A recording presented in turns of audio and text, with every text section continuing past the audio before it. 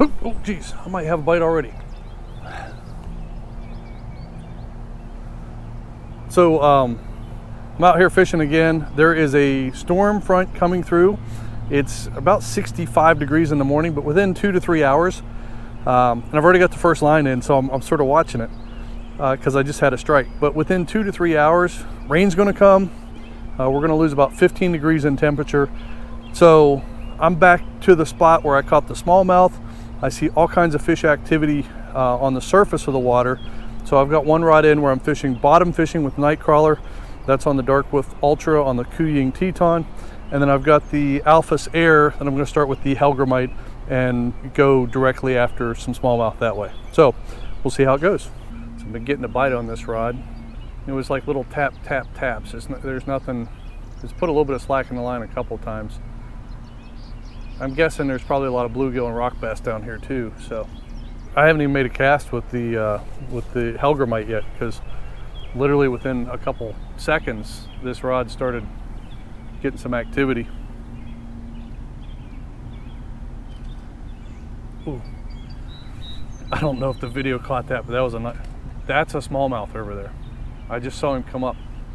I've got a rough idea where some of them might be. Ooh.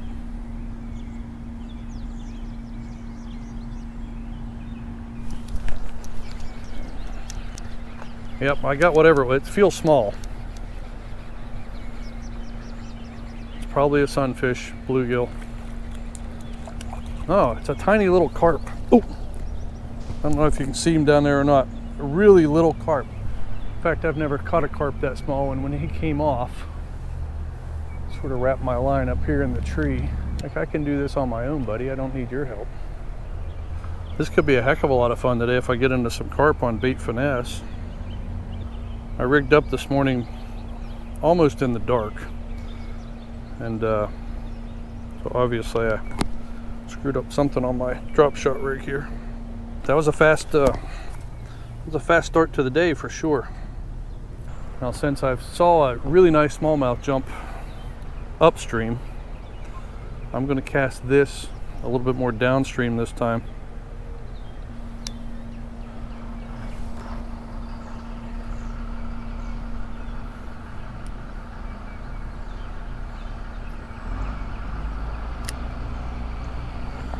Okay.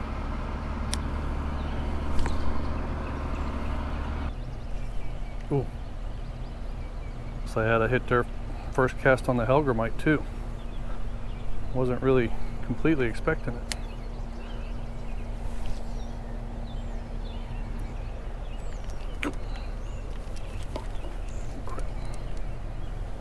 Oh man, I'm all wrapped up here. I'll tell you what, trying to fish out of this sort of tight spot with two rods, one of them being artificial and one being bait. There we go. It almost feels borderline chaotic right now. I'm just, I'm getting strikes on both rods. I need to start catching fish on both of them, but.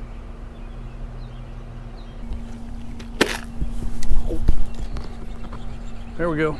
Another little something.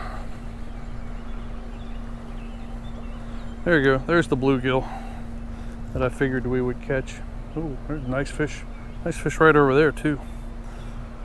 Little bluegill. Okay, could be an active day today.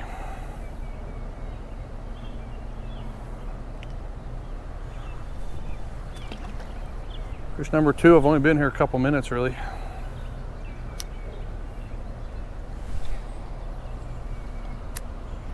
Okay, let's see if I make sure I got the chatterbait tied on here. I can definitely tell I've really gotten used to these shorter rods because these two are 6 and 6.5. I'm just getting tangled up in just about everything. Oh, there's another one. Another something. Busy day on the bottom with the night crawlers. Maybe I'll just switch over the other rod to bottom and fish one upstream and one downstream. Who knows? Okay, I'm gonna go back to the Hellgrammite. Oop. Oh, I thought maybe. Saw a little.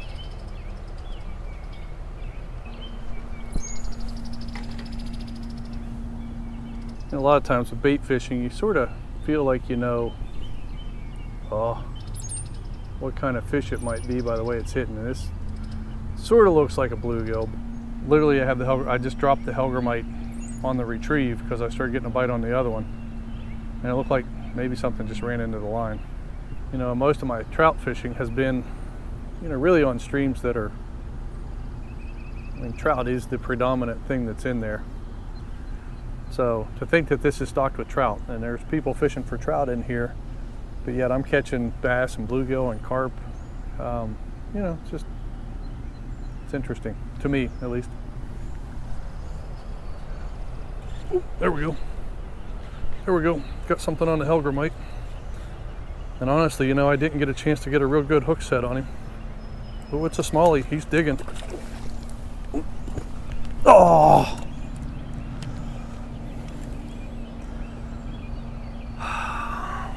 Oh. Well,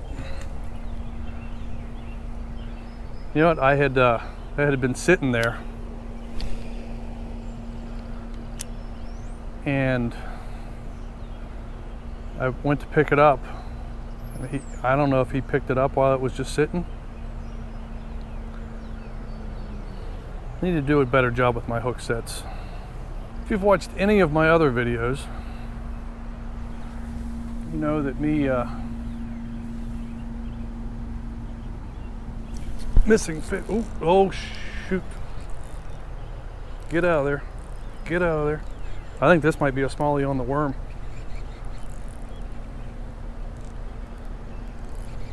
He is not happy. He is not happy at all. It's either a smallie or a small carp. It's a small carp, and he's, oh no, he's not foul hooked.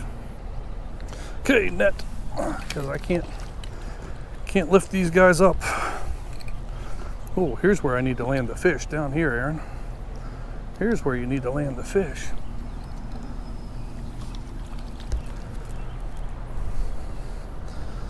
Okay. Well, I tell you what, even a little carp on this setup, and man, they're just all muscle. If you've ever caught these, you know. That other one was probably the smallest carp I've ever caught, the first one of the day. This one's not a big carp by any means, but definitely a nice fish. Nice fight on bait finesse. Here you go, buddy. Oh, I got slimed. Okay, let's put another worm on there. Okay, so it's about 8 a.m. now. I've been here about an hour. I'm about an hour into the window. I think you can see over me, it's starting to look pretty gloomy, even though, you know, in front of me, it's still sort of been nice, but the clouds are starting to cover that. The wind's picking up.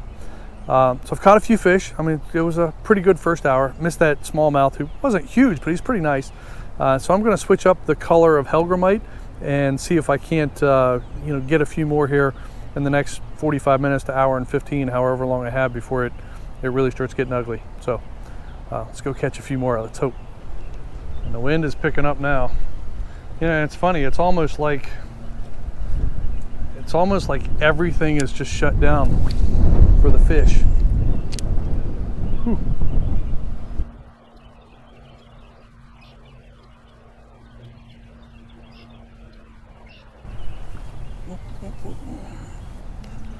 Yeah, I've been fishing the hellgrammite a little slower and not quite popping it as much as I used to or usually do. But I feel like I'm probably going to go back to the popping for a little bit here. Say maybe I need to change up the color too. Oh, that was a hit on the hellgrammite. Oh, big smallmouth again, I think.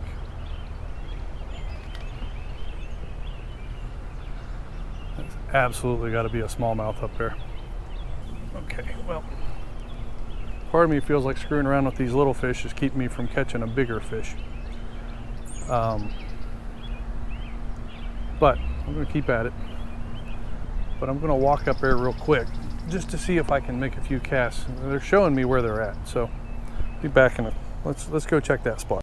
It's sort of funny, I get up here, just a miscast, thumb slipped off the reel before I even got it started. I get up here to this spot, could be I'm a little excited, and like this is the spot where I normally fish. Like this is where, like I sort of know they're around here.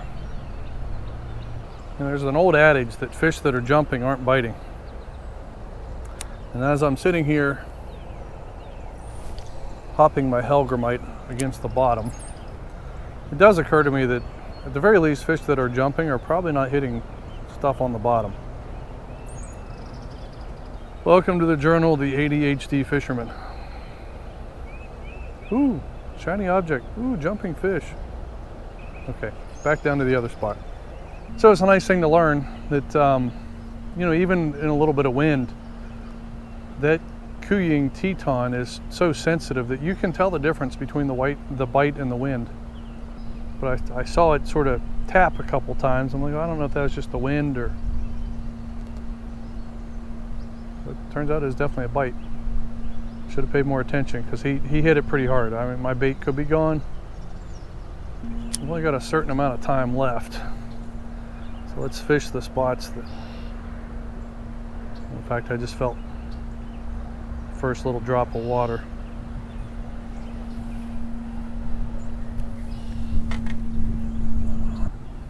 It's getting more. Nope. Okay.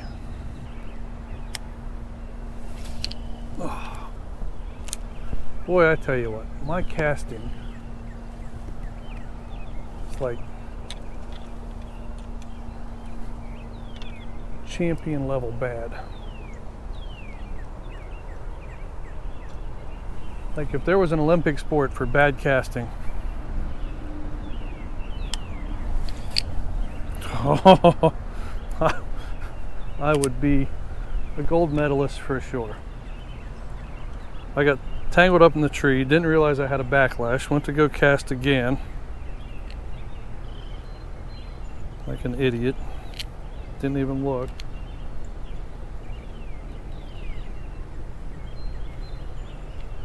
So I will say this, so the Varivis bait finesse, it seems like, you know, when you do get a backlash, it comes out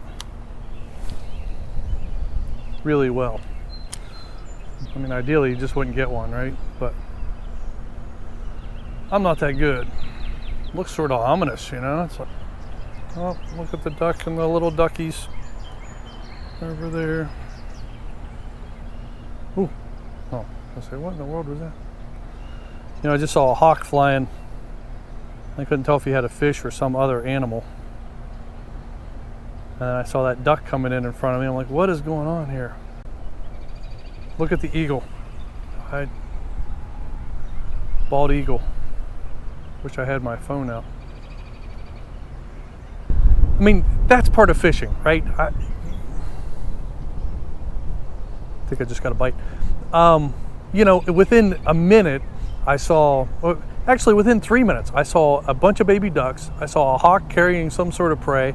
A mallard duck flew in front of me, and then there was an eagle carrying a giant branch for its nest, obviously. So, you know, even on times when the fishing slows down, it's a lot of fun. That's why I do this. Like I said, I don't know what it is. I don't know if you saw him or not, but that was that carp. I mean, you don't think of carp as the kind of fish that jump much, but they do. Okay, let's just try this other spot a little bit here before we call it a day.